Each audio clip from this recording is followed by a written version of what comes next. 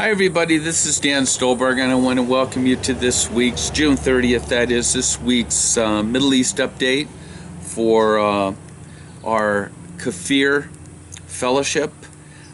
Once again, let me encourage you to make sure you grab the PowerPoint. We'll send you the link for that. That goes along with this YouTube.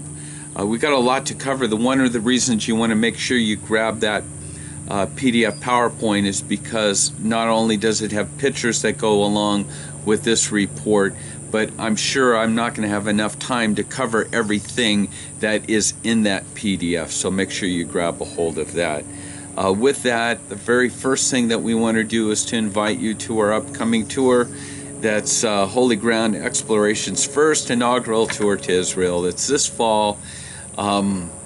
Really looking forward to it. For more information, just go to our website at holygroundexplorations.com, and it's called Journey Through Israel. We do have an extension that will take you to Petra and Eilat as well.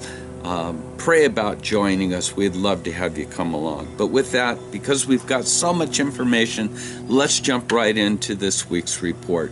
First things first, I'm always going to try to bring you reports from Israel, especially regarding terrorism, what's actually going on.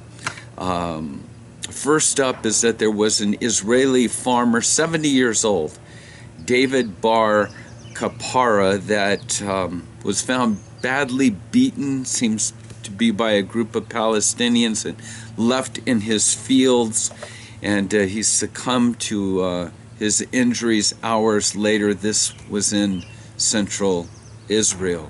Another report, an Israeli border policewoman was stabbed, seriously wounded on Monday morning when she was stabbed by a Palestinian woman at Rachel's Crossing, which is the main transit point between Jerusalem and Bethlehem. One man remains in critical condition. 3 more were moderately wounded on a drive-by shooting in the area just north of Ramallah, where Palestinians emptied a magazine into a car full of Israelis. And as I mentioned, there's one person that's in critical condition. Up in the Mount of Olives, if you've ever been up there, you know that's considered what's to be East Jerusalem. There was a school bus filled with children that was met with terrorists that pelted the bus with rocks. There were no injuries, thank the Lord, but the windshield was shattered. And so, once again, tensions are still very high in those particular areas. And again, we've talked about stabbings and rock throwing. It's no longer the suicide bombers, but the purpose of terrorism is all the same, to instill complete fear. And what has now come on the scene is the use of cars, automobiles. This is now called the Auto-fada. And in the area of Mount Scopus last week, there was an Arab driver that drove his truck into the back of an Israeli vehicle, trying to shove it off the side of the road. And fortunately, there was no one on the other lane, and the car was able to pull off safely. But once again, this is sort of a weekly report that I give you that I'm pretty much 100% sure that you're not going to hear on your NBS or NBC nightly news or whatever your major media carrier might be.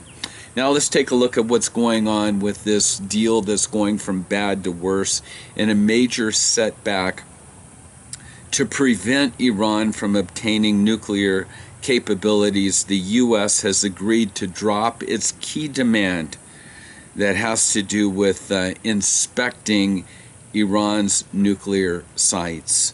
Netanyahu has slammed this once again, the potholes in the nuclear talks, as he calls it, emphasizing now this has gone from a bad deal to even a worse deal. It seems like the supreme leader of Iran is the one that's truly calling the shots. It seems like Obama is bent on some perverted form of his legacy in wanting to have this peace agreement between Iran and the United States. We're hearing about secret letters being sent back and forth. In fact, we recently heard today that Iran's on its way to Geneva for a potential formal approval of this bad deal that's even got worse. ISIS is now showing up in East Jerusalem. On your PDF PowerPoint, you'll see a photo of the ISIS flag on the Temple Mount. There are leaflets that are now threatening Christians, and signed by the organization referring to itself as the Islamic State in Palestine. The flyers, which are displayed in an image with a black flag associated with ISIS terror groups, warn Christians, the residents of the city, that vengeance will be exacted upon them because of their support of Israelis. So stay tuned about that. France, we've talked a lot about anti-Semitism. I'm just going to give you the highlights of this, but the bottom line, with all the events that is taking place in France, the word from the Israeli immigrant absorption minister, Zaev Elkin, is simply, it's time to come home. We're prepared to receive all that we can.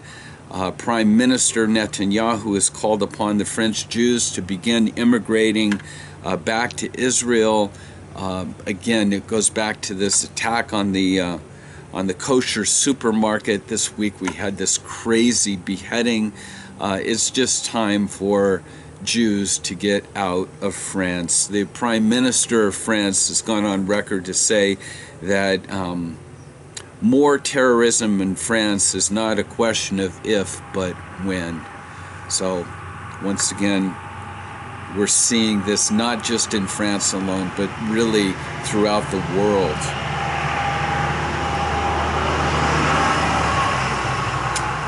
Since I mentioned throughout the world, you'll see an article in the PDF that's just entitled Anti-Semitism. This is from England. Neo-Nazis in England have announced plans to burn the Talmud and shred Israeli flags at their upcoming march through London's predominantly Jewish Golders Green neighborhood this July. They're making the point that they're not going to burn the flags, they're just going to shred the flags, because that way they can avoid prosecution. But again, their solidarity is with those that are opposing the illegal state of Israel. Their words, "This will be a show of solidarity by English people who recognize that Israel is a corrupt state which is responsible for horrific war crimes." It's a head scratcher. Who would have ever thought this would take place after what we went through with the Nazis of Germany? But friends, it is happening in our day, and as a believer, you are going to have to take a stand. You're going to have to stand up against this rising tide of sheer demonic oppression and evil.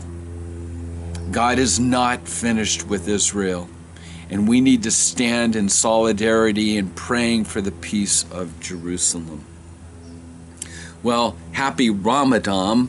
I'll give you only a couple more because I'm sure we're going to run out of time on this. The brutal murders in France, Tunisia, and Kuwait again underscore that the enlightened world is struggling against dark forces. Again, from a speech from Netanyahu last Friday.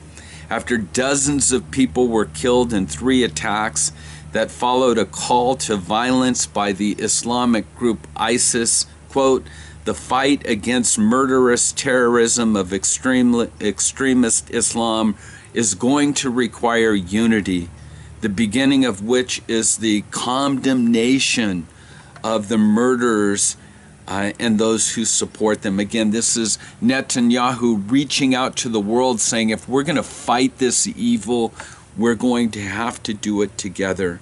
In the deadliest of Friday's attack, a young man pulled out a rifle, an assault rifle from a beach umbrella. He sprayed gunfire at European sunbathers at a Tunisian resort, killing at least 39 people.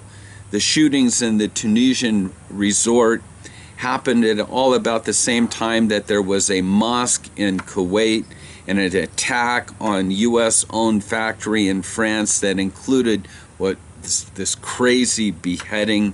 Once again, over this last weekend, there were 65 people that were killed. And again, it's ISIS talking about what needs to take place, that the world has to realize the threat of Islam, the jihad, and it's all culminating during Ramadan. And so let's make sure that we're on our knees praying for the peace and protection. But once again, friends, I have to say it again, we need to be aware of what is going on. Be aware of your surroundings. It won't be long until all of this that we're reading about that's taking place in Europe is going to take place right here in the homeland of the United States of America. There is a war that's going on. I don't think it's possible to negotiate any kind of peace, any kind of treaty. Well, I'm going to conclude this report with a couple more things. First of all, check out the article on the Palestinian youth soccer teams. Once again, it echoes the reason why I'm so, blatantly pessimistic about any real type of peace. These are supposed to be moderates, and again, you'll see just how they've named their teams, naming their teams after renowned terrorists. And then there's going to be one last article that's going to just be for your reading that's entitled Foundations of Islamic Thuggery. I want you to read through what the Quran actually says about this so-called peaceful religion of Islam. But I want to end on a high note. I hope you can see the picture. It's called Bar Mitzvah with the blink of an eye. Last week, Jacob Trassman celebrated his bar mitzvah in Toronto with his family and friends. In many ways, it was a typical Jewish bar mitzvah, coming of age ceremony. The bar mitzvah boy donned his talit, his prayer shawl, and for the first time prayers were uttered and the Torah was read. However, there was one major difference. One major thing in the way in which Jacob's transition into Jewish adulthood was unique. You see, Jacob is unable to move or speak. Jacob was able to recite the blessings for his first aliyah to the Torah by reading the Torah passage, by blinking his eyes. You'll see him in this picture. And it's amazing what technology can do, but it took the blink of his eyes and put it into an automated sort of recording of him reading the Torah. You see the people lifting him up. And so, once again, I wanted to end on this note rather than the other thing. So this is Dan. Again, this is the KFIR YouTube presentation that we give weekly. We want to encourage you to invite your friends to join KFIR. And again, email me. That's the best way to do it. Dan@hgkfir.com. Dan@holygroundhgkfir.com. God bless you and shalom.